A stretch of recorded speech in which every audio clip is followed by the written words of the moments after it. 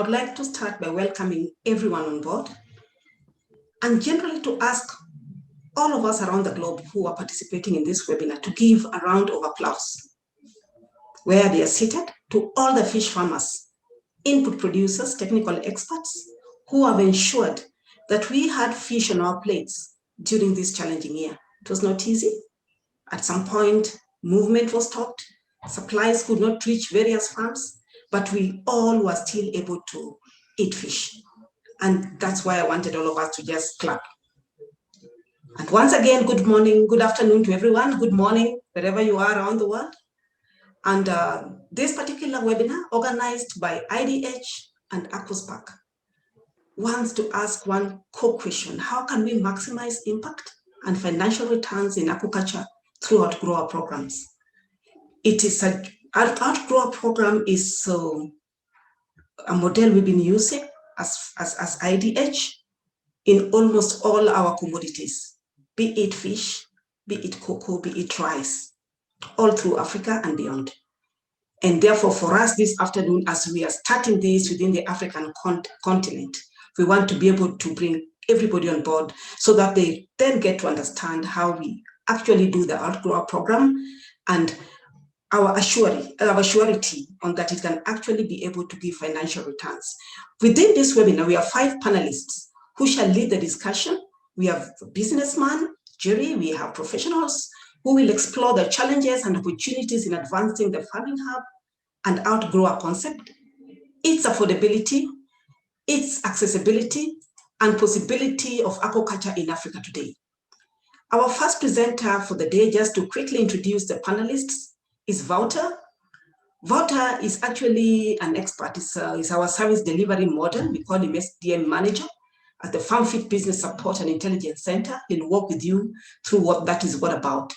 Wouter believes many of the global food systems and challenges can be overcome by understanding and improving the health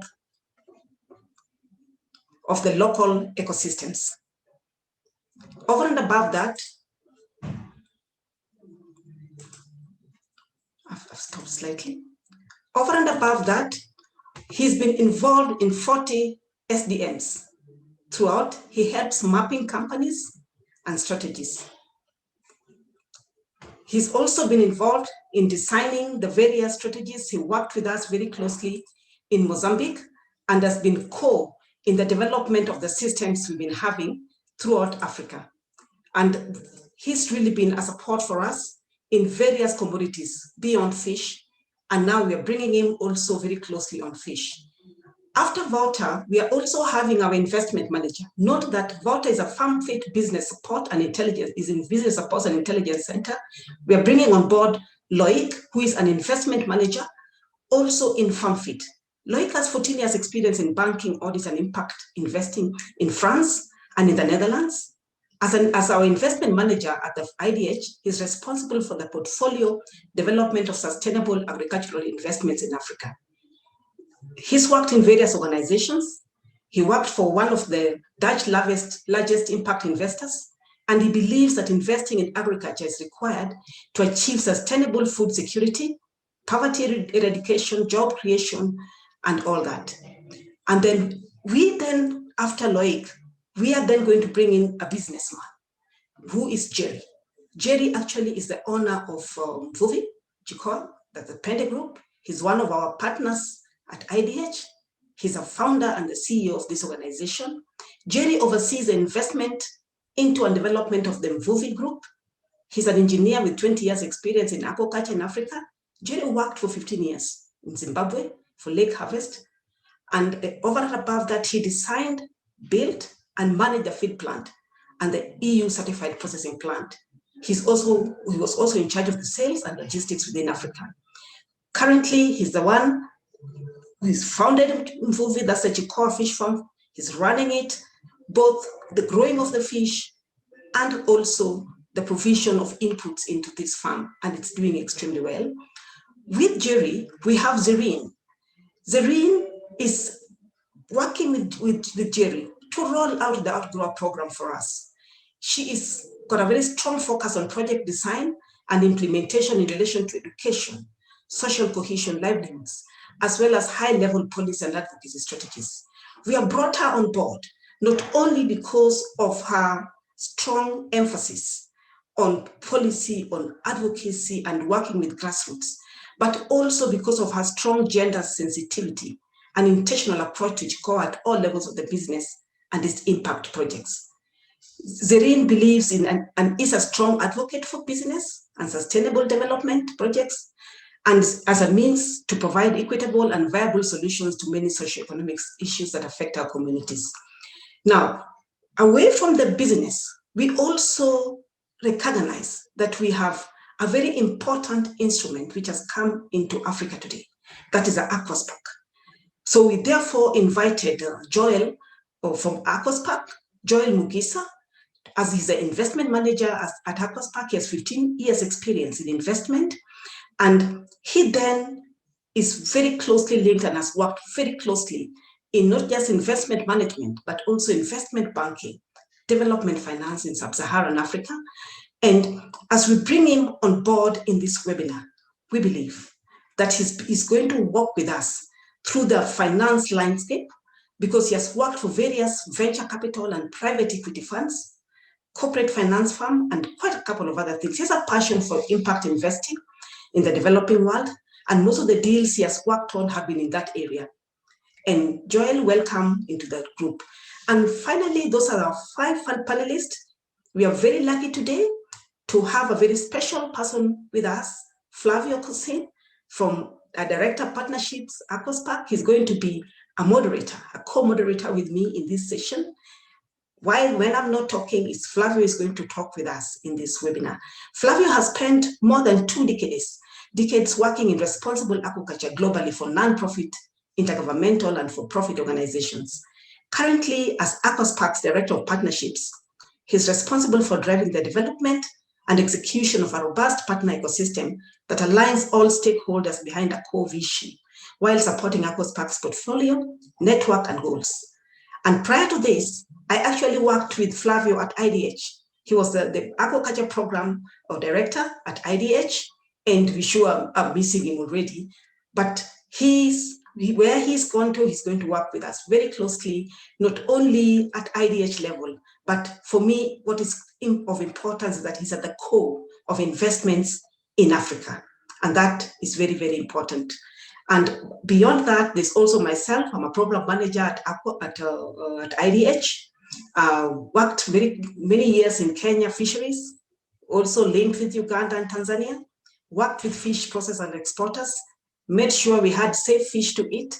And now, as I'm working with fish farmers, my humble prayer is that Africa will be able to produce fish, not just in volumes, but safe enough to go all over the world to feed Africans and to feed the rest of the world. And that is more or less it for the introduction of the panelists and the moderators. Now, going back on to the bit of how we're going to manage the seminar or the webinar, we are going to have the speakers talking, and we have a chat where you can actually key in your questions. We are going to have a session towards the end of the speakers, or where we are going to answer all the questions which you have raised. So if there's anything which is burning, quickly type it in. We will collect all that information and we will answer all that at the end of the session. Oh, thank you very much and welcome once again for joining us in this webinar. I'll now invite Flavio Cousin to give us a few opening remarks before we roll on into the webinar. Thank you very much, Flavio. Thank you, Beth, and welcome everybody, our panelists and the attendees. I'll keep it short. We all have been talking about the potential for aquaculture in sub-Saharan Africa for a long time, actually. I mean, you look back at the documents written by FAO decades ago, talking about how sub-Saharan Africa and the whole continent could develop an aquaculture sector which would be comparable to what we have seen in other continents. And there has always been, let's say, 2 approaches to this. I mean, one around supporting commercial aquaculture, which was more investor-driven, and the second one more towards supporting small-scale aquaculture, which was more donor-driven. Imagine the programs by development organizations, philanthropy, some of the intergovernmental organizations, and so on. And I think there is a general understanding, well-founded, that the backbone of aquaculture production in sub-Saharan Africa is going to be led by commercial production. At the same time, there is a way to integrate that commercial production with the smallholder production in a way in which it makes a business sense for both the companies and the smallholders. Therefore, putting those two agendas of commercial and smallholder production together. We have seen increasing interest in investing in aquaculture in the continent. We are going to be hearing from some of the speakers what has been done. DFIs, so development financial institutions, have increasing investment in that space. Philanthropy, of course, but also some of the investors with a financial inclusion focus. And this is a very encouraging. We know that there is a big drive towards import substitution in the continent. There is, I think the estimates by the African Development Bank was in 2016, there were $35 billion of imports due to grow to over 100 billion by 2025. I don't know where we are in that projection, but there is a lot of interest towards producing food in Africa for Africans. And I think that makes a lot of business sense, which is recognized by several companies. I know that IDH has been working with some of the big multinationals in food production. I think in public knowledge that there have been agreements signed with Nestle, Unilever, and possibly others as well. So, and now with the COVID and the problems that there have been towards dealing with the global supply chains, I think there is even a stronger case towards producing aquaculture in the continent. We are going to be looking specifically here at this combination of commercial and outgrowers and small scale, and how that can work and actually accelerate the transition towards growing an aquaculture sector. We have very good panelists, experts, but I am not afraid to say that a lot of the attendees probably are also experts in this topic. Therefore, it would be fantastic to have an engaging discussion, ask questions, put them in the chat, engage with us. This is a first step for us to talk about this approach of commercial and outgrower. Try to develop a energy around, first of all, see what we can do to make it work, whether it is the right approach or whether you have different ideas, but really engage in this conversation, because we need all the help we can get to make it happen. And you guys and the farmers are the guys making it happen on the ground. We can only support from our side through investments and partnerships, and then the producers in actually making the fish. So without further ado, I would like to introduce Wouter van Monsieur, that is, as Beth mentioned, is the service delivery model manager for IDH, and with the first presentation. Thank you.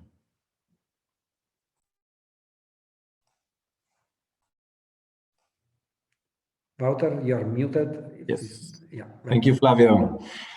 Thanks for that great introduction. And let me kick off with saying that I'm relatively new to the aquaculture sector. I'm not so new in smallholder aquaculture, especially if we talk about outgrowers on the African continent. So with that in mind, I would like to explain what is FarmFit, what do we do in the sector, and how does it relate to smallholder farmer outgrower models in aquaculture in Africa. Let's start off with, I think it's an exciting sector, right? Aquaculture in Africa, very nascent, and that means also that there is a lot of things that we still need to figure out. But luckily, as an aquaculture sector, I think we're not alone. We can learn from other continents, but we can also learn from other sectors. And that's why I want to bring in, first of all, how we look at FarmFit, how we look at smallholder agriculture and value chains. And I think in general, we can say that there's a lot of challenges. So in general, smallholder agriculture markets are not working too well for farmers, nor the businesses that work with those farmers.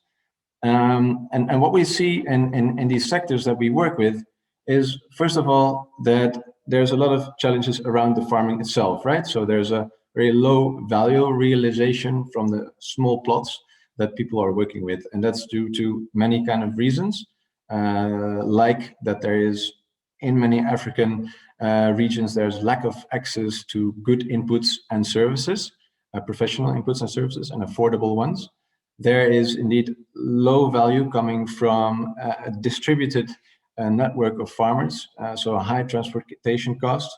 There's limited ability to invest for the farmers in their farms due to constraints in cash flows and credit.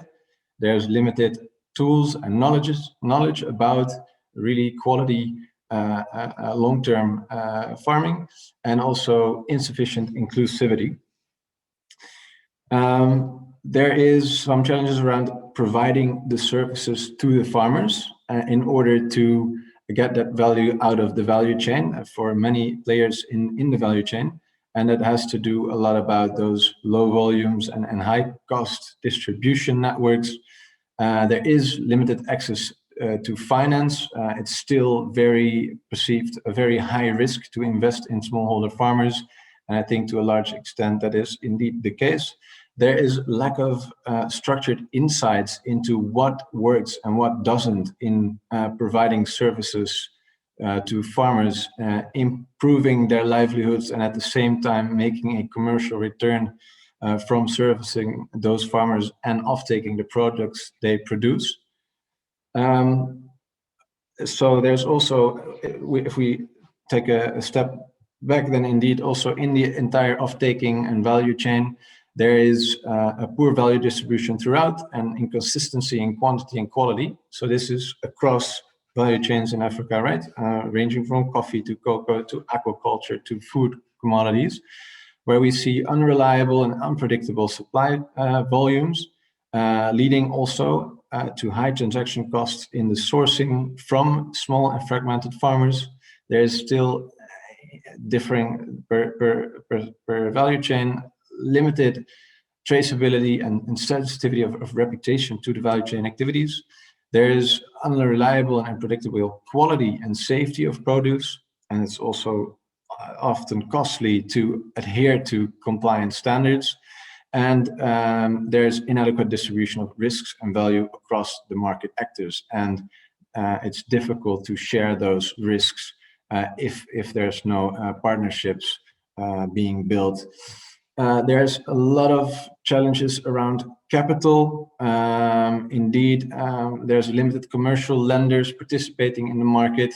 As I already pointed out, that it's still very risky to finance off-takers and the smallholders that deliver to those off-takers. Often the financial products are not fit for purpose. Already smaller loans to farmers are deemed very risky, let alone longer term investment like rehabilitation of certain plots or replanting of tree crops, those kind of things, very difficult to finance these kind of investments. And there is both real and perceived risk, and that is something that there's too limited knowledge about. And finally, all these value chains, they work with capital, but also in certain environments where there might be lacking infrastructure, lack of supporting services, no effective and supportive regulatory and other policy environments, and in general, maybe too limited economic value capture. So a lot of challenges throughout the different aspects of the value chains we look at, and in general, indeed, a very structural challenge in nature, right? And only by taking a systemic and structural approach, I think we can slowly and over time, long-term, overcome some of these issues, and only by working together with all those value chain players at the same time. And that's also where FarmFit offers some support. So we have a couple of activities. We say we want to overcome those challenges just mentioned, right? By bringing together some pieces of the puzzle needed to build those sustainable, resilient, and equitable, but also commercially viable and investable smallholder value chains, and doing by initiating, innovating, improving and investing, and informing and inspiring the sector. So working with all the different stakeholders at the same time, from traders, banks, buyers, bringing in the donors, the off-takers, and the farmers, the farmer cooperatives, and providing the support services that they need to overcome those challenges. And we do that in 3 different teams within so we work within IDH. We have FarmFit as a broader team within IDH, and even within that 3 kind of divisions. First one being FarmFit Business Support, where we, together with the private sector parties in our ecosystem, we co-design commercially viable outgrower models, which we call service delivery models, that benefit both farmers and the companies investing in them. If there's opportunities to work together on the longer term and really bring in some kind of technical assistance or co-funding support, where we believe that both impact and commercial return can be guaranteed, we work together with those private sector players. And also in the meantime, we try to connect and matchmake those value chain players with innovations they can work with, or other financiers or implementing partners, where we believe that there is a good match, where they have the same ambitions and can deliver on those. At the same time, a colleague of mine, Loic, will speak after me. He's part of the FarmFit Fund, will be going into this in more detail, but we also have a FarmFit Fund that is willing to take those highest risk positions in these smaller value chains to reduce risk, and ideally also then bring in commercial capital and catalyze that co-investment into the sector, and also bringing in or investing in the private sector supply chain partners we work with, where they need to can strengthen or scale up their outgrower models. Finally, those standalone things are already nice, but I think the gist of it is really coming from the FarmFit Intelligence Center. In all our engagement, we come with a very structured approach to data collection, both qualitative and quantitative, and standardized in a way that we can generate insights across value chains, whether it's food crops or tree crops, cash crops, aquaculture, more landscape kind of crops like palm oil, rubber, etc., and across business models as well, ranging from banks that are providing services to farmers, to smaller off-takers, to input providers, and also those that are working as a coalition of value chain actors with those farmers, looking at the broader ecosystem. And we feed back those insights to the sector, both in our direct engagement. So our FarmFit Business Support is very much informed by the learnings that we do, but we also more and more try to benchmark on a standardized way, and also bring out various insight products about trends that we see in the sector, what works around building those commercially viable outgrower models in terms of farmer organization, farmer segmentation, what are the best services to provide, how do you diversify farmer incomes, and how do you charge for those services, and how can you scale, and bring those out in those various knowledge products for best practices. Just to give you an idea, I see that the grayish parts of the African continent are a bit difficult to see, I guess, but this is a snapshot of our portfolio only showing Africa. So we also work in Latin America and Southeast Asia, and we work in various crops, right? From cocoa to cashew to cotton, vanilla, also value chains that work together. So very diversified outgrower models. With various kind of companies from the big brands like Unilever, implementers and off-takers, e-com as well, digital providers such as Digital Green, mostly operating in India, I believe, Cargill, 1 Acre Fund, Root Capital, all kinds of players basically, in 26 value chains, broadly to be categorized in these, ranging from cereals to aquaculture, flavorings, legumes, etc. And most recently, I think indeed Chicoa Fish Farms, which we'll hear more about in a bit.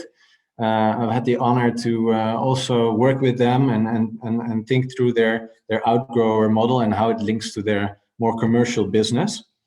And to start wrapping up, I have 2 examples of how our services kind of benefit the sector.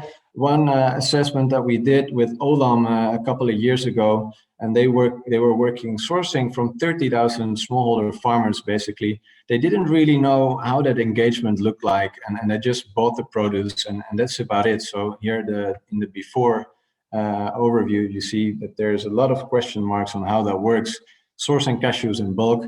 Then we did this service delivery model analysis, basically a 12-week assignment, working with them on understanding their model and how they can improve their service provision to farmers, giving them a much more clear insight on who are those farmers they're working with, what are their different needs, how can we segment them, what are their challenges, and then from that, what are the different services that Olam can provide to increase quality, increase or reduce post-harvest losses, improve climate resilience, gender inclusivity, etc. And in the meantime, also improve their off-taking in terms of volumes and quality, and thus fetching a higher price in the market. So redesigning their program basically, but at the same time, on the longer term partnership with Olam, IDH is working with them to strengthen and implement exactly those things that we designed with them. Like, how do you segment farmers? How do you do that actually in the field? How do you design a digital infrastructure that helps you collect that data and helps you inform decision making on how to increase effectiveness? And I would say these aren't the actual results, but the preliminary findings that with this redesign of the model, Olam could, if implementing this correctly, at least increase farmer productivity by 2 times, increase their revenues, and decrease their cost by a significant amount. So this is an example of these service delivery model analysis assignments that we do. Finally, I also talked about these insights that we generate and share back with the sector. These are very high level. These are just 2 very small examples, but basically, as our database grows and we collect information about all those business models that we work with, all those outgrowers, we can see how those businesses are actually able to increase the profitability of farmers, and sometimes make them less profitable, and a clear flag to change their service delivery model. On the other hand, at the outgrower level or the company level, are they able to recoup the full cost that they invest in those smallholder outgrower models, yes or no? And showing here to what extent they are reliant on donor funding in green of their total investment need, what they are able to recoup through direct service payments from charging those farmers, and which part is at least not covered through our analysis and could be coming in through their own commercial activities or other sources. So there's still a lot unclear to us, at least from those analyses, but also that it's clear that there's still a high reliance on donor funding, and only some are able to fully rely on service revenues alone. So that's a flavor of what we do, and we hope to engage more and more in the aquaculture sector as well, and see how we can bring in our general findings and advisory support services in Africa, in aquaculture, to strengthen those smallholder outgrower models that we see, together with the IDH Aqua Culture program and Aqua Spark, and really see how we can strengthen the sector as a whole and scale up outgrowers within the aquaculture sector. So that's it from my side. Maybe a quick final closure. You can contact me at this email address if you want to know more. For a very practical example, you can go to our site to see what is the service delivery model analysis that we performed for Chicoa. And finally, if you want to know more about our insights, some of our latest findings are in the February 2020 Insights report that can also be found online. Just scan one of these QR codes and we'll make sure that this also comes your way. So thanks a lot, and looking forward to any questions at the end of the session. Thanks a lot, Wouter. I really hope that the results that you have shown in your Holland case can be replicated also in aquaculture, maybe even doing better. But let's discuss that during the question and answers. But let's move to Loïc Badoun, that is, as was introduced, is investment manager within the FarmFit, and then can tell us more about how this transition to financing outgrowers can happen in practice. Loïc, the floor is yours. Thank you, Flavio. So good afternoon, everyone. So the goal of this short session will be to discuss about the financing of outgrower schemes. So we discuss about the challenges that we see and also about the tools that investors like IDH FarmFit Fund can propose also to aquaculture businesses. Therefore, I will share right now the presentation. Hope you can see it well. Just a minute. Yes. So before talking about challenges and the tools that we can propose, first, I would like to start with a short introduction about the IDH FarmFit Fund. So the IDH FarmFit Fund is a smaller fund. So that's why for us, outgrower schemes are really critical in aquaculture. We are a smaller fund. We are a blended finance fund. So we are 100 million euro blended finance fund.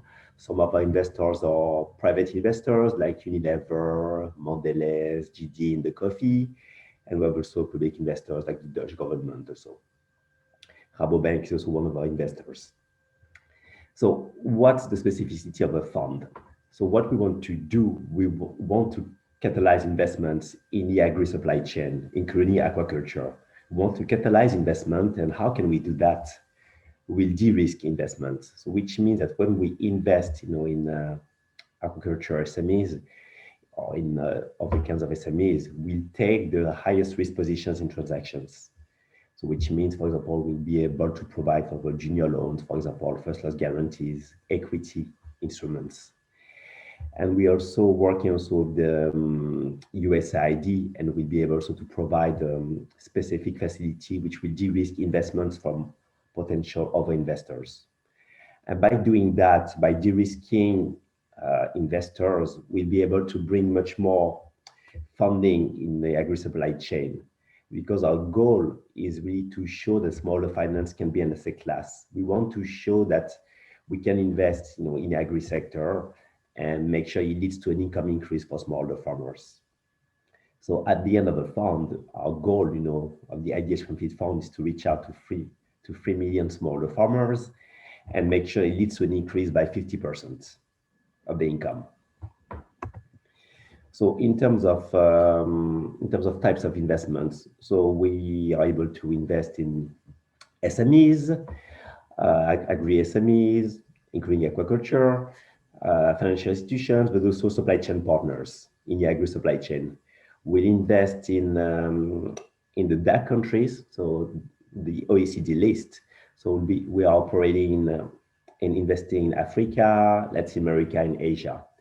In terms of commodities, we are agnostic, so which means we'll be able to invest in different supply chains, like for example, like coffee, cocoa, palm oil, but also in the aquaculture sector also, as well as also food crops. As I told you also before, so we'll be providing the highest risk instruments.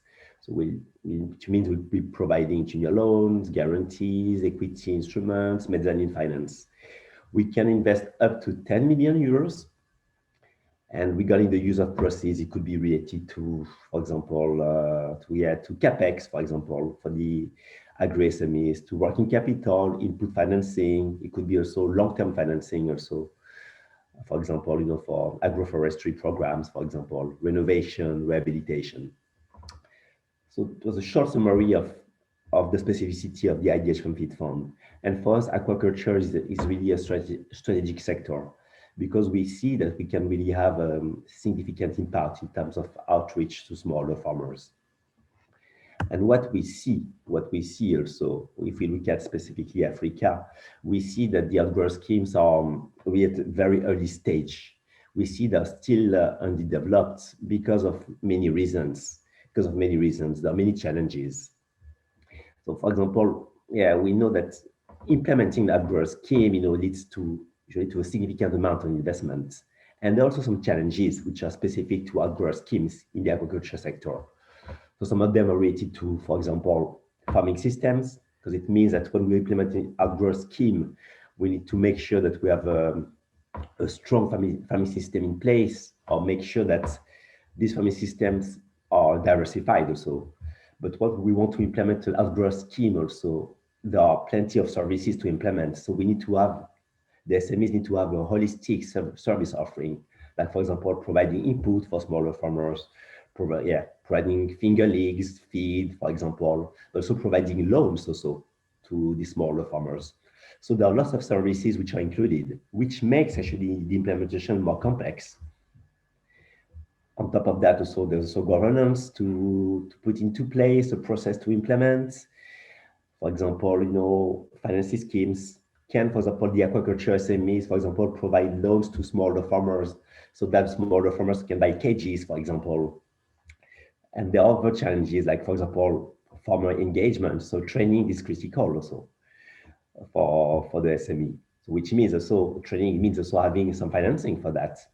We see also the market also is more volatile also, because once the smaller farmers also can produce also the fishes also, they need to have also a stable also demand, and we see a demand also can be quite volatile, which makes actually outgrower schemes more complex. On top of that, of course, we need to make sure the outgrower scheme are financially also sustainable. So we've discussed about actually all these challenges. So the question is also, how can we make sure how can investors, actually invest in outgrower schemes in the same time by mitigating risks, but making sure so that it supports also the aquaculture SMEs also, and make sure so it leads also to income increase to outgrowers. So for that, I've identified several ways, to support outgrower schemes and to support agri SMEs so that they can really implement properly these outgrower schemes. So some of this use of proceeds could be, for example, input financing, because when an SME wants to implement an outgrower scheme, for example, which means they will have to provide also input also to smallers. But for that also they need financing, because they will provide, for example, to smaller farmers, they will provide feed. They will provide also fingerlings, breeding capacity for the smaller farmers. And investors can be there supporting the SME by providing input financing to the SME so that they can be able to implement this scheme. But also regarding outgrower schemes, also what is critical is to have also a formalized process. So we need also to create also formalized structures for outgrowers, for example, cooperatives. And this also needs needs some financing. And investors could be there also to try to support SMEs in the implementation of these cooperatives, of this structure, for example. But also something else which is also critical also. We are talking about financing also, because the SME wants to finance outgrowers, but also they need also some financing for that. And the investors, like IDH Fund or other like-minded investors like Aqua Spark, for example, could provide financing for the implementation of a financing scheme. So which means the SME will be able, for example, to provide a loan to smaller farmers so that the smaller farmer also can, for example, buy cages, can buy feed, and be able also to produce fish and also make some income out of it. So these items are really critical, and investors can be there also to support aquaculture SMEs for that, to help smaller farmers to purchase cages, to develop ponds, for example, to implement RIS systems, for example. Training also. Training is critical when we want to implement an outgrower scheme. So it means that some financing is needed, and investors can be there also to support SMEs by providing financing for the training of the growers. But also R&D, research and development, is critical in the aquaculture sector. And if we want the smaller farmers to have a higher yield, it means that the R&D needs to be also sophisticated. And for that, financing is also needed. And investors can be there and support SMEs in this way. And they could also support SMEs, by supporting the proper implementation of a distribution network for growers, so that growers have a stable demand and will be able also to make additional income. So these are many ways, of financing the outgrower schemes. But we have to know that beyond that, we need also to make sure that there's also an enabling environment also. For example, the regulatory environment, policies also need to be also supportive also of the aquaculture SMEs, so that investors also will be able also to invest also. It will bring much more financing. So regulatory environment, it is critical in the implementation of the outgrower schemes. So providing really well-designed financial instruments, will lead really to a successful outgrower scheme. And in the end, it will benefit to smaller farmers because it will empower them. It will provide them actually with better income, which is really critical. And that's exactly the mandate of the IDH Untitled Fund, making sure our investments lead to a better income for our growers. So it was a short summary of the challenges and the tools that investors can bring also for the implementation of the outgrower schemes. And if you have any question also regarding investments in outgrower schemes, investment in aquaculture, for example, please feel free to reach out to me also. You can see my email address, and I'll be happy also to answer your questions. And I will be back anyway also for the questions and answers also, so we can discuss further about it. Many thanks. Thank you very much, Loic. That was very good. I just want to thank Wouter and Loic. They have brought in a very interesting angle to this discussion. It is one thing to say that we have farmers out there, and we want to ensure that all those farmers are not only producing fish, but are also making money. It's another thing to make sure that we go out of the way and do that. And that is one of the core things IDH recognized, that for the outgrowers, for the small-scale farmers to not only produce fish and do a good job out of it, and also to make money, because it's a business at the end of the day, they must be able to be supported. And therefore, that's where the instruments Wouter mentioned, the service delivery model, comes in. Can we look at the structure of the service of the outgrowers? Can we look at the structure of the SMEs we work with? Can we be able to run through that whole process and understand how they can both be able to effectively produce fish and also make money? And that's what the service delivery model does.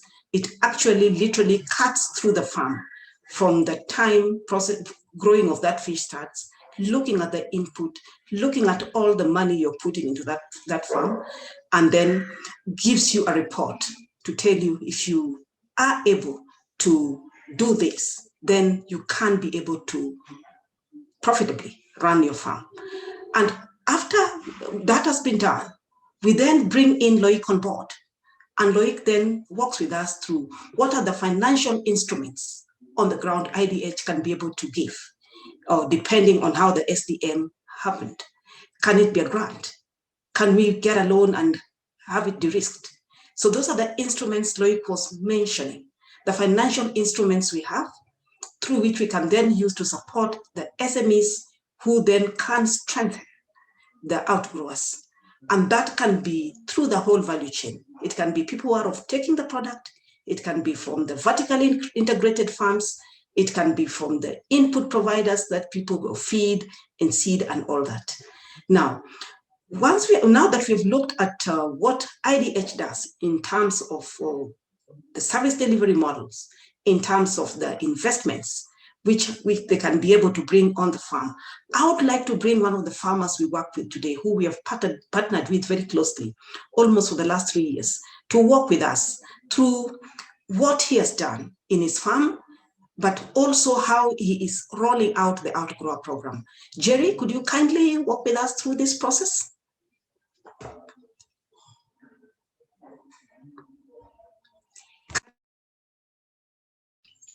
Right, hello. Thank you very much. Let me just kick off. So this is Jerry McCollum. I'm with Chikoa Fish Farm in Cahora Bassa in Mozambique. And I have had the pleasure of being partnered by Aqua Spark and IDH, both who are hosting this, and they're great partners to work with. So it's a pleasure for me to try to share some of my experiences and ideas with you guys. What I've been asked to discuss is how to catalyze the aquaculture industry in sub-Saharan Africa. So this is really looking at assuming that there is no industry to begin with, and it's looking specifically in this geographical region, which is where my experience is.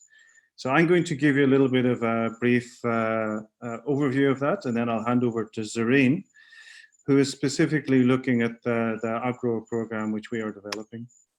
So if you want to catalyze an industry, there has to be an opportunity that you're catalyzing into. And in Southern Africa, we have a growing demand for fish because there's improved incomes. We have a natural advantage with water supplies, and there is no aquaculture industry here really, or it's in its early stages. Of course, we're all agreed there's a reduced supply of fish from the traditional sources, and aquaculture, particularly tilapia, has very good market acceptance, and it's in a good cost bracket. So all in all, if you want to look at catalyzing an industry, make sure that there's an opportunity that the industry is growing into.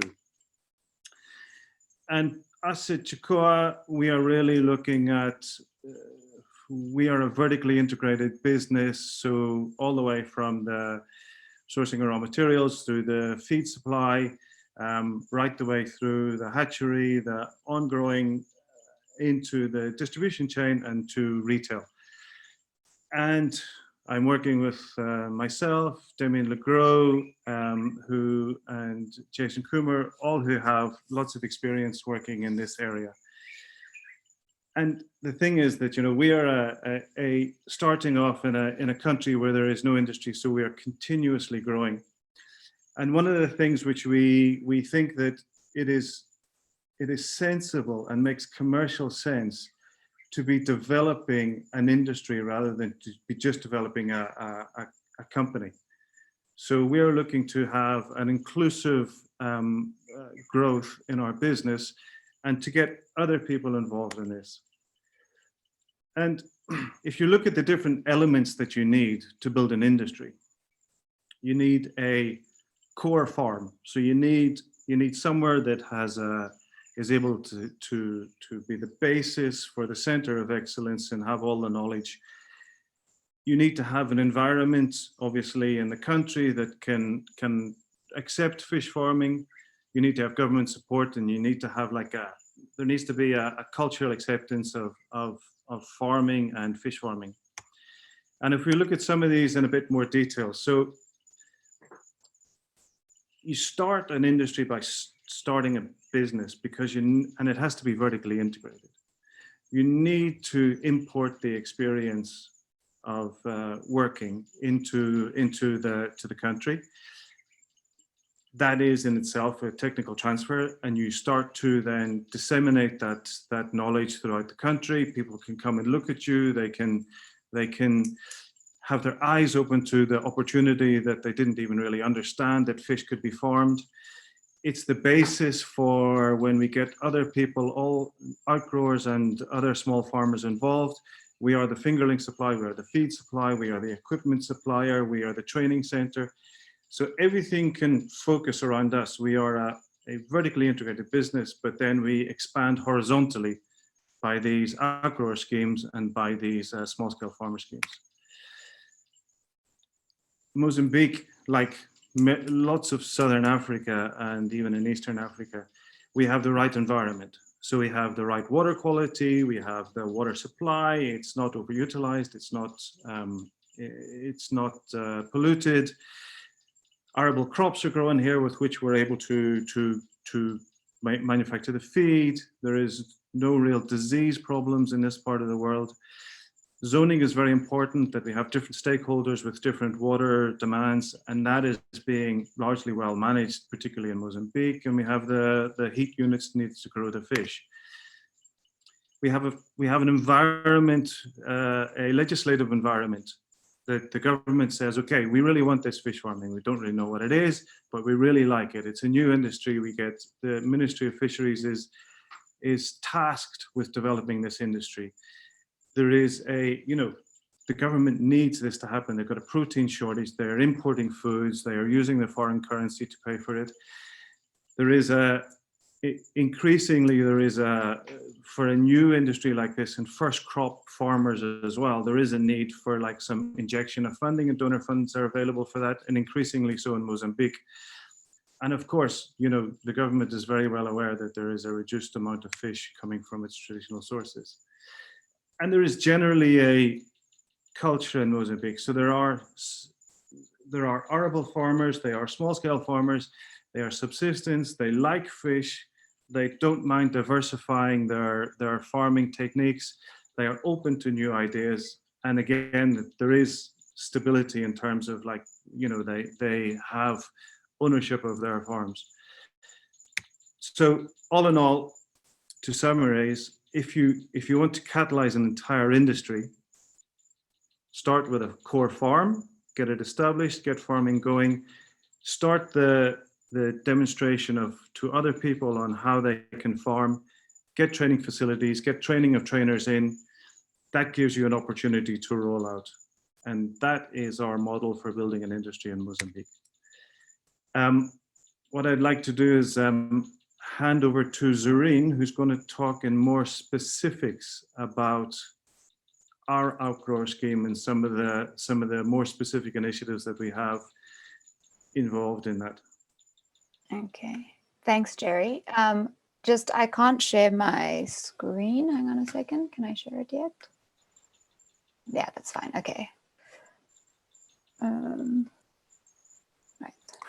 Can everybody see?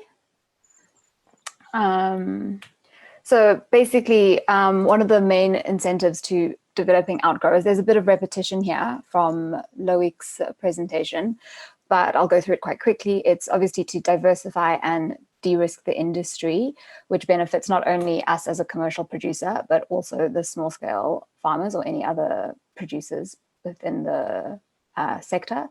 It also has a lot of policy benefits in terms of lobbying governments to develop regulations. And in Mozambique, this is something that we've done quite successfully, especially because the Ministry of Fisheries is now basically redoing and relooking at all the aquaculture legislation and regulations. And then that will be beneficial to both small-scale farmers and larger producers. As Jerry discussed, there's the issue of Sorry, Zareen, I don't think we can see the screen. We can't see your presentation. So Jerry discussed the supply of protein and that there's a protein deficit in Mozambique.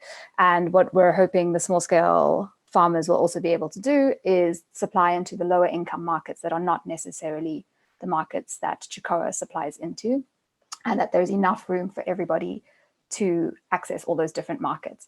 And then over the longer term, there's also, it's a view towards a more sustainable aquaculture industry, because you'll be upskilling more and more people and increasing the number of aquaculture specialists you have in the country.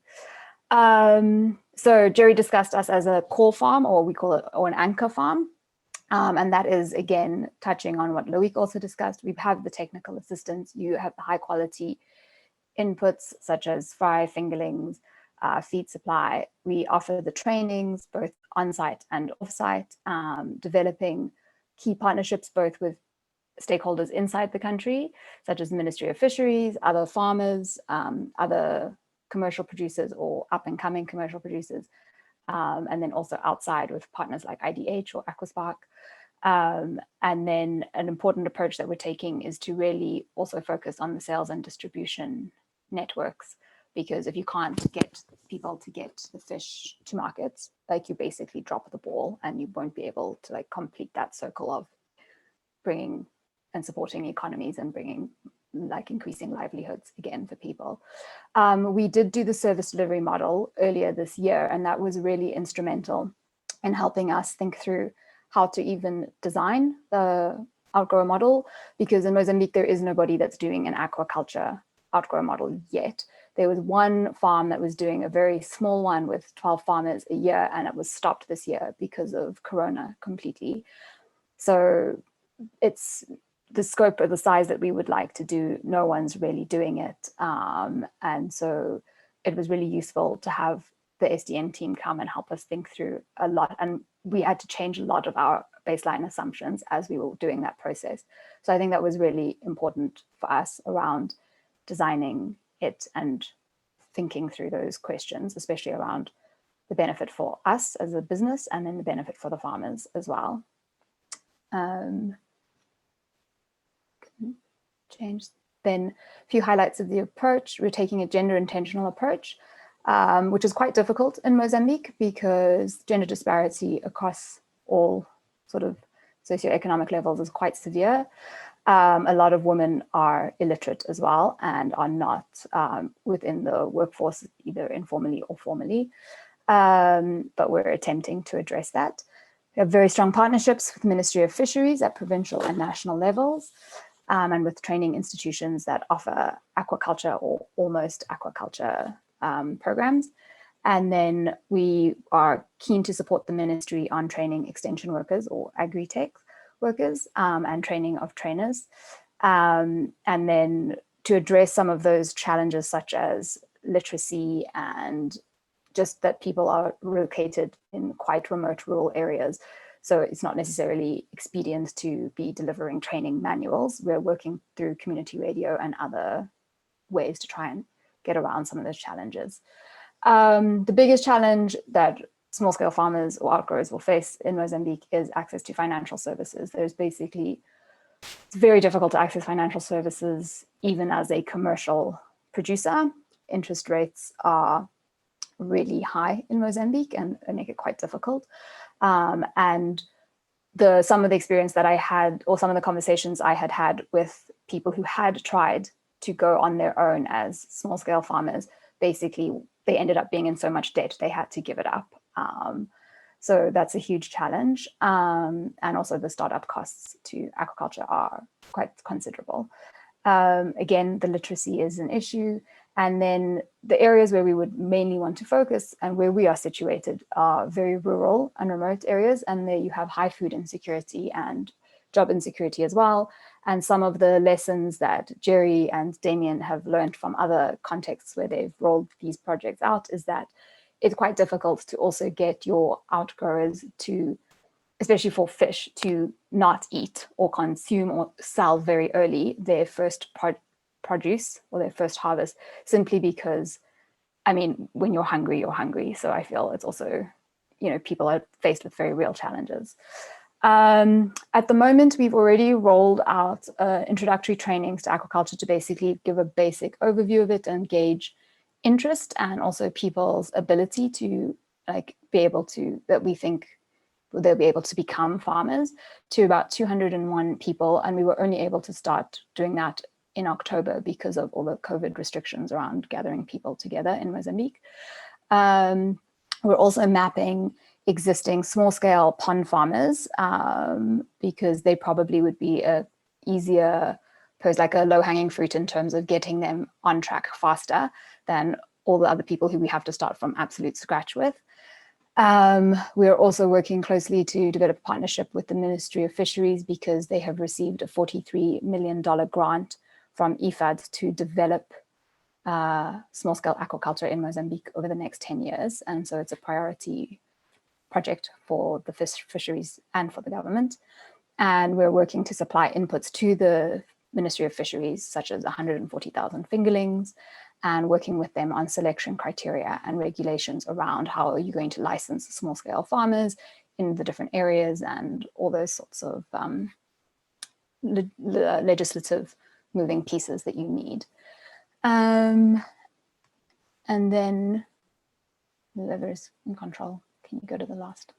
Thank you. That's basically questions, which I think will come at the very end.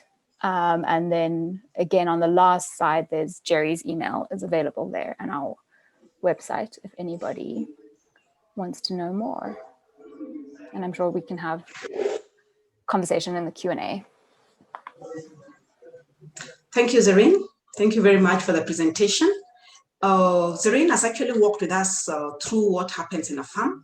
Some of the positive and the challenges they actually would face in an outgrower model. We wanted to be able to bring an actual case of what is happening in a farm and what the experiences they're facing, so that even as they are getting the outgrower model developing, we will be working with them and we will be sharing with all of us how this is happening.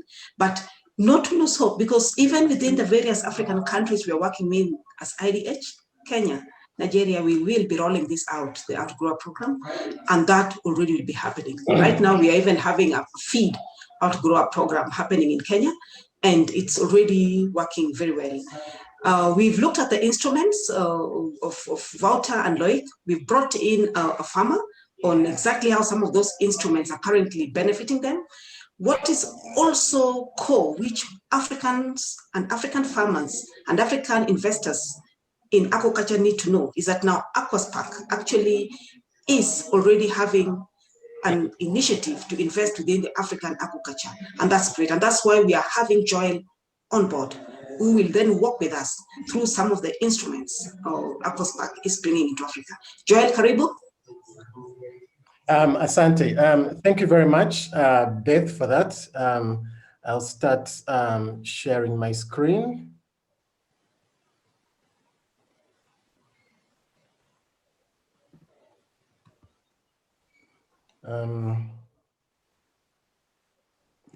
I think I'm having problems sharing my screen. I can share it. Lisa is going to share the screen in a moment. Okay.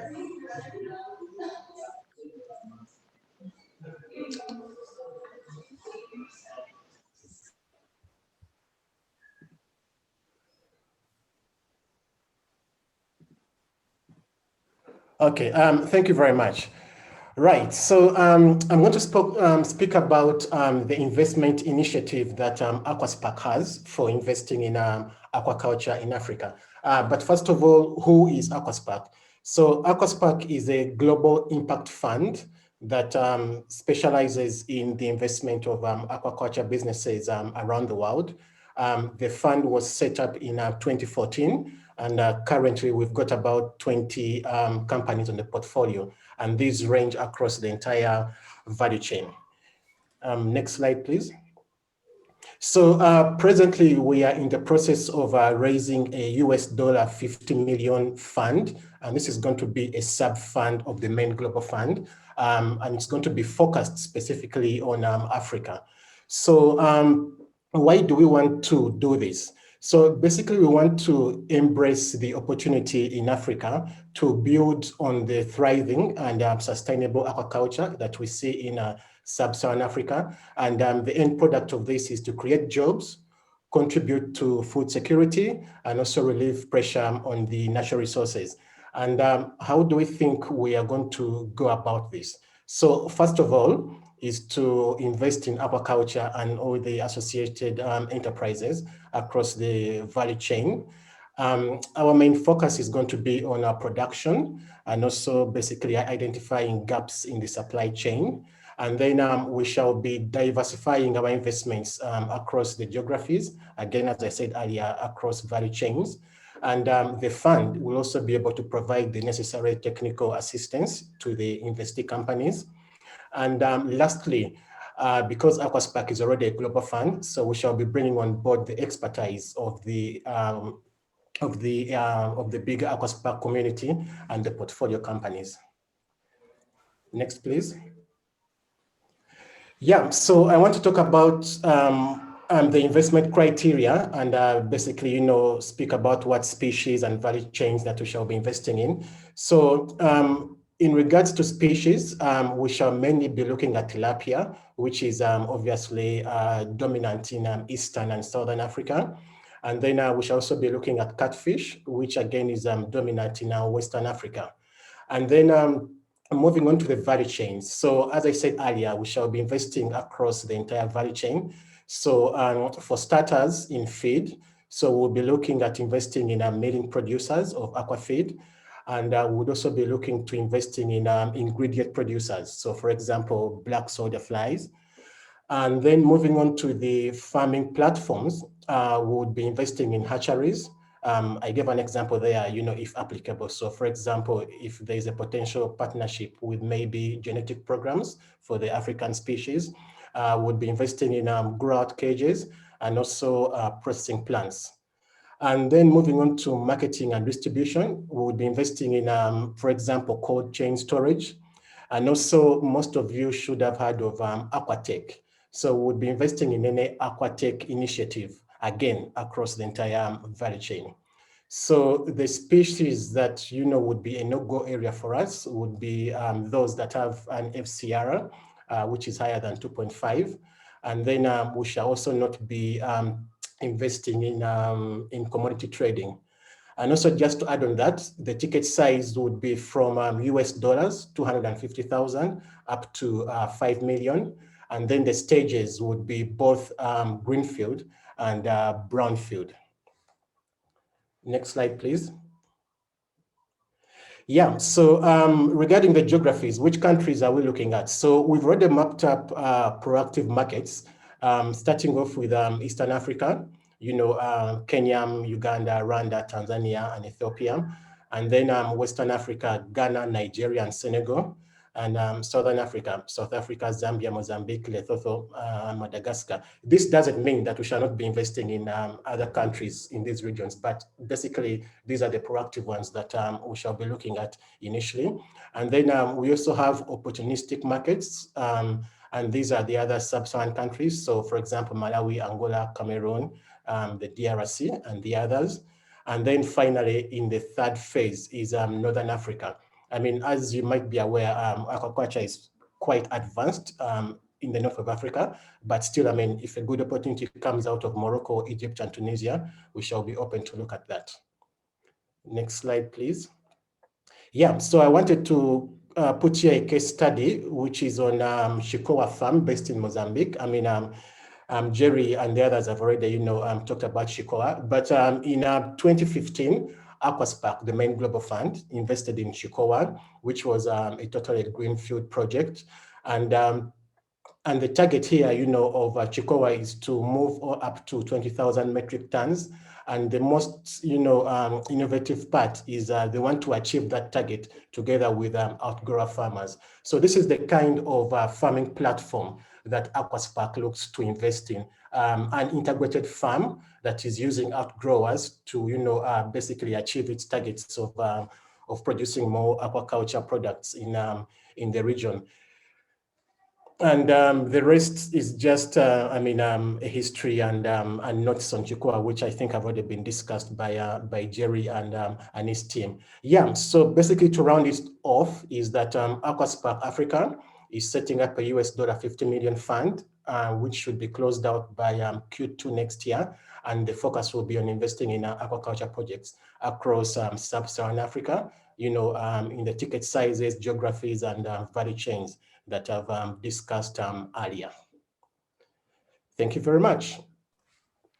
Thanks a lot, Joel, and thanks to all the participants, well, the panelists, for presenting their experience. There were a couple of questions that have been asked in the question and answers, but also in the chat. I would start from a question that William Leshen was asking about outgrowers, definition of outgrowers. Maybe Zerine can answer what is the definition that they are adopting, Chikoa is adopting for outgrowers in Mozambique, and maybe there is also something that Wouter can add around that.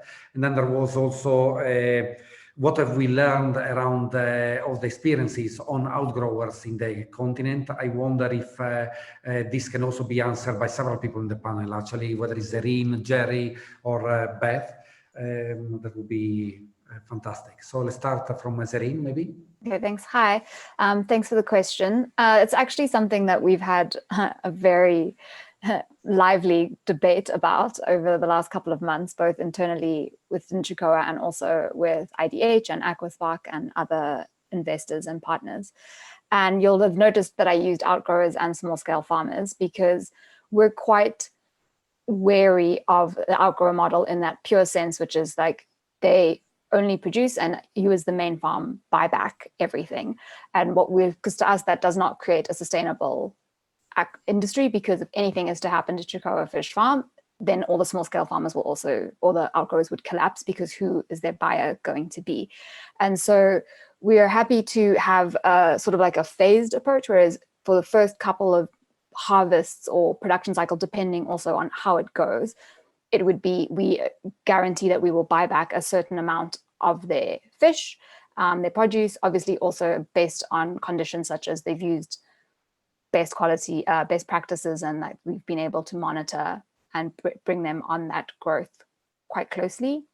And then the other option would be then with the small scale farmers, so people who are already maybe have access to capital by themselves, or they're pond farmers, or they've already started their own thing, but they are in need of that technical assistance. They're in need of improved practices. Some of the farmers we've already had encounters with who are in provinces a bit further away from us. They, for example, they're doing pond farming, but they have all kinds of wild fingerlings, some coming from Malawi, some coming from everywhere. So basically that would be somewhere where you'd go in and you'd offer technical assistance, and then you would not necessarily buy back their produce as a main farm, but we would facilitate the downstream distribution and building out those access to local markets, because also in Mozambique, I mean, this is getting a bit detailed, but we don't supply into all the provincial local markets as Chikoa. We are supplying into your main markets in Maputo, Beira in the north, and Tete City.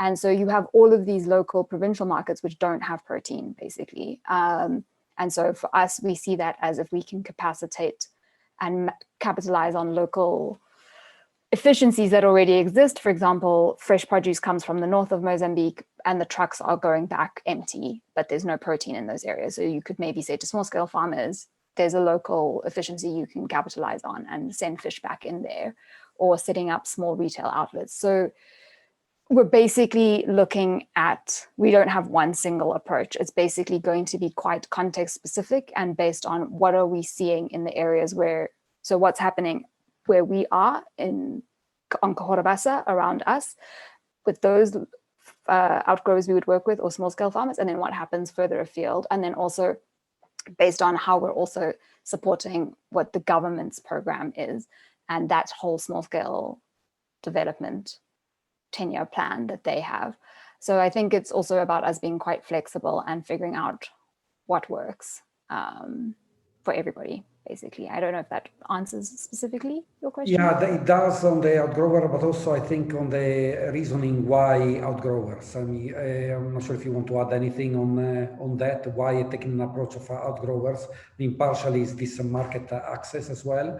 But there was a question on, there have been outgrower models that have failed, plenty of outgrower models that have failed.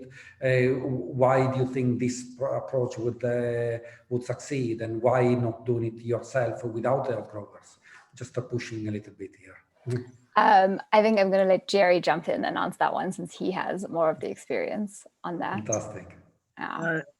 There is a, the economics of livestock farming. So you can move baby fish fingerlings and you can move feed around reasonably comfortably, and you can bring these to remote areas, and the remote areas have those are the areas that are often have the highest protein deficit. They don't have access to supermarkets and other things with processed product. So if you can have a disparate production where you have many, many production sites across the country, you can service those, and those can service their local community. And one of the, when you compare it to chickens, you can grow them in 6 weeks, they're very fast, but then you really have to slaughter them immediately and eat them. One of the disadvantages and one of the advantages of fish farming is that they take, 7 or 8 months to grow. Therefore, a small farmer can grow fish in a remote area as long as he has water access. He doesn't need electricity. He doesn't need to take it to work. He can sell it to his neighbors, but he can sell it over a sustained period. So he can dip into his pond over a 2-3 month period and service that market with super fresh, really efficient. There's no cost of sales because there's no processing, there's no packaging. That certainly is a model that works for poultry, and I think it's something that we want to explore carefully here as well. Thanks, Jerry. Anybody else that would like to add? Maybe I can. I can also respond. Please, go ahead. To first William. Shall I then get to David's question right away, or you want to? Yeah, go ahead. Yeah, okay. That's also fine. So William, I think indeed also a very valid point, right? And I think for the purpose of this session, at least from my perspective, we went into how to develop outgrower schemes right away. I think for us, it's not clear cut that outgrower schemes are always the way to go. So in our engagements, we also look at what are different models for the companies we work with at that specific moment and in that specific context. And it could be that they are sourcing from a variety of smallholder farmer bases or pockets or for sourcing areas. It could be that they're also partially sourcing from the open market. It could be directly from farmer organizations in a more loose kind of way. It could be indeed outgrower schemes with several segments of farmers scattered around, or they are actually developing a block farm, and each and every one has their own advantages and disadvantages, and we try as much as possible to take into account for that specific assignment what would be the ideal way to go. And I think it depends also on the company and the context and the value chain a lot. And in this case, if you believe that indeed you want to develop the aquaculture industry and want to service those local communities, and you want to have a certain degree of control over your service provision and your off-taking, I think for the Chicoa case, that is one way to explore, definitely working with smallholder farmers, but it's not the only answer, right? And I think in terms of evidence base, we are definitely not there yet. I mean, farm fit within IDH is relatively new, but it is our aim to provide answers to that, right? And collect in a standardized way how companies are engaging farmers. What is their mode of delivery? How does the last mile delivery look like? Where organizing them and contracting or contracting in general are key building blocks of that engagement with farmers, and see what are the differences across value chains, but also indeed looking at Asia, for example, or Latin America, and what can we learn from one value chain, from one context, and bring into others. And in some areas it's different, right? If you look at cocoa in Ivory Coast, in Ghana, that's a totally different story if you want to source from smallholders and how to formalize those relationships. Oh, and I'll also start my video, sorry. So that's something, and we're looking forward that we try to understand exactly that. Also what does not work. And maybe going into a question by David, also very interesting question, I think. Definitely that's our aim, right? So we think from IDH perspective, at least, we put the farmer front and center, and we want to, for example, one big push or one big focus area for us is closing that living income gap, and see how we can get there, how we have to organize the value chain to improve those farmer livelihoods. And I think what we recognize is that there has to be demand, right? It's also something that Jerry pointed out early in his presentation. There has to be an opportunity, there has to be demand for the product. and that often in more developed markets there is big buyers that scan around the continent for opportunities to source, and if we're looking at in the analysis that we do, in the engagements that we do, if we only look at the off-taker, that's often not enough. We have to understand the drivers, the motivations, the long-term objectives of the companies in the ecosystem we work with, and that's also our approach. So we try to, in our engagements, bring in an off-taker, bring in a bank, bring in a big brand, and see how we can solve exactly those very tough challenges, right? Where there has to be an offtake agreement from one player, there has to be some kind of formal relationship with those farmers, there has to be finance provided, and that has to be facilitated in that same coalition of partners. So that's definitely where we're working towards. Thanks, Wouter. There has been also a couple of questions around Asia and the ability to compete with Asia price-wise, with China, for example, whether African and this model without growers can effectively bring a price point that is competitive against the imports. Is it something that maybe Jerry, you want to take on? Yeah, let me take it on. Something easy for you, Jerry. Yeah, so I mean, I think one of the issues around the price point in China is that there is a whole system of farming subsidies within the farming system in China particularly. And people are looking at a pure farm gate price because they aggregated the farm gate into production facilities. So you've got small farms all over the place. The factories tend to go around and collect from those farms and then bring them in. So a farm will have a very low cost structure because the labor is subsidized, the feed is on a very large scale. They don't have any harvesting costs, let alone transport costs. So you have to compare, try to compare fairly. My understanding, and I can be corrected, if you go to buy tilapia in China, you're going to be paying just about $2 or just below $2 a kilo for fresh fish in a market in China, which has gone through. Nonetheless, there is still fish which is arriving at the port in Africa at below $1 a kilo, frozen and packed. Now, the reason it arrives at that price is not because they have super efficiency, they still do the same that we do. It's basically a starch and soya-based feed with a food conversion ratio, and you produce your tilapia. We do the same. They do have economies of scale, but we're not wildly different in terms of our cost structure. However, there is such an enormous production that there is like small fish or damaged fish or fish which are rejected from the Chinese market. Something like 2% of reject fish from China is the same volume of production as the entire sub-Saharan Africa. So, those reject fish which are not deemed suitable for the Chinese market can be discounted and sold into Africa, heavily discounted. So I think that our cost structures are broadly similar, but there's an economy of scale. And one of the issues that our distribution is, because we are still a very small industry, our distribution costs are very high. So in summary, the feed can compete in terms of price. The production certainly can compete, and in many cases is better.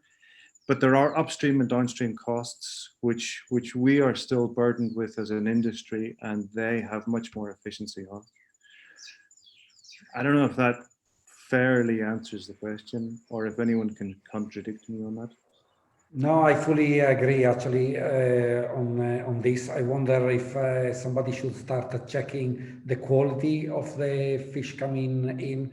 Of course, this is a government job, and often the capacity in many of the governments might not be the strongest. It's not the European Union or North America, but maybe that can create. There was some talk some time ago around grown sustainably in Africa type of labeling for fish actually. So maybe that's a direction that maybe the industry should go. There was also a question around the processing capacity, Beth. I'm not sure if you want to take that from Justin. Yeah, I think I'll take that. I think we'll go back to the question on outgrower much later. Chat has just come in. Now, talking on processing in Africa and the fishery sector is very interesting for the simple reason that processing for the fish sector in Africa has mainly been for the wild fish.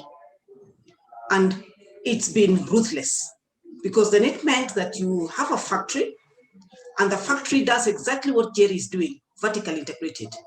You have a factory in an urban center, you have a transport system which goes to the lake or to the ocean to get the fish yourself.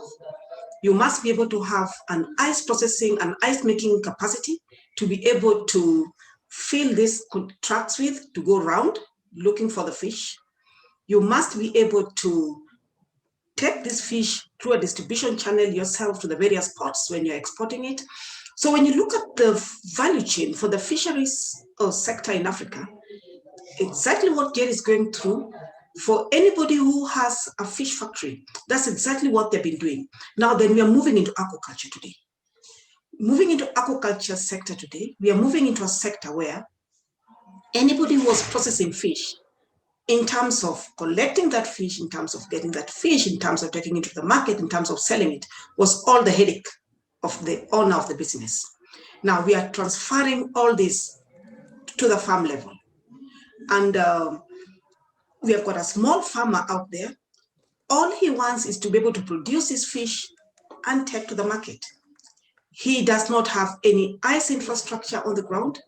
He does not have even a vehicle to pick this fish and go around with. So even as we are developing the sector, we are not blind to those very heavy challenges which are currently on the ground, which at some point, like what Jerry has rightly mentioned, sectors where aquaculture has done very well, there's been heavy subsidies coming in from the governments. So their subsidies are cases where we'll have to bring in very closely to be able to make any money in aquaculture today. We are not blind to that fact. Therefore, one of the reasons why IDH came in very strongly with the Outgrower program, and why the Outgrower program specifically looks from the off-taker point of view, is that our assumption is if we have smallholder farmers, and those are the people we are calling outgrowers out there, and link them with somebody the size of Jerry. The assumption is that today, Jerry is producing ice. Jerry can be able to pick fish from them and then can also be able to sell these fish into the various markets. So as the farmer is slowly growing and starting to produce fish before they reach levels where they can be at the level of a small and medium scale enterprise, the SME is actually holding their hands very closely. So can we say that the governments today have need to come in to help us in this? Yes, they need to come in very closely. I know subsidy is a difficult word out there, but we need it for the aquaculture sector to be able to do well. Thank you, Flavio. Thanks, Beth. There was also a question around the development of an export industry, whether those economies of scales can be developed because there is an export industry which also feeds the domestic market. I mean, Jerry, you are involved in a company that was exporting as well. Maybe you want to say more about this? Yeah, I mean, I think that the most sustainable way to develop an industry is to have as many market routes as possible. Africa is quite well placed to supply fresh fillet into Europe so that we can fly them in and supply that market. We're better placed than Asia or Latin America to do that. It depends, of course, where your farm is. Your farm has to have access to an international airport. There's already freighters which are going with flowers and vegetables, so it's very possible. And it does provide some currency stability as well, because you're supplying into like a euro market or a pound market. I think ultimately the industry should be looking at satisfying both local and export markets. Thanks, Jerry. We already reached 3:32 CET. I wonder if there is any last remarks that the panelists would like to do before we wrap this up. I can ask the attendees to maybe whether they have any final question also in the last 5 minutes or something. But maybe anything else that you would like to add, guys? Just from the IDH perspective, is that this is a discussion which has not stopped, and we'd like the panelists, the people, the participants who are on board, to be able to reach out to us directly, so we can then be able to continue with this discussion further. Flavio? Yeah, no, this is very good. Very good point. So from the Aqua Spark perspective, I mean, you've seen the presentation from Joel, who's of course leading our work in Africa on this. We hope to launch the fund, the Africa Fund, dedicated to making investments in Sub-Saharan Africa in Q2, as Joel mentioned, and we are heavily committed to development of an industry in the subcontinent. If you are interested, you feel free to reach Joel or the panelists. I think all of them provided the contact details. We will share the presentations for the people that are interested in or maybe missed some of the details. But for us, this is an initial step in a conversation towards development of an industry, accelerating the development of an industry that is truly sustainable and inclusive in the subcontinent. Thank you very much to everybody that joined this, and thanks again to the panelists for sharing their experience. And I think we can close it here. Beth, any final remarks from your side? Yeah, just the final remark is that a couple of questions came in, or we will be able to respond to them by email. If the panelists can actually share this by email, we will get back to them. Yeah. Very good, fantastic. Thanks a lot to everybody. Thank you.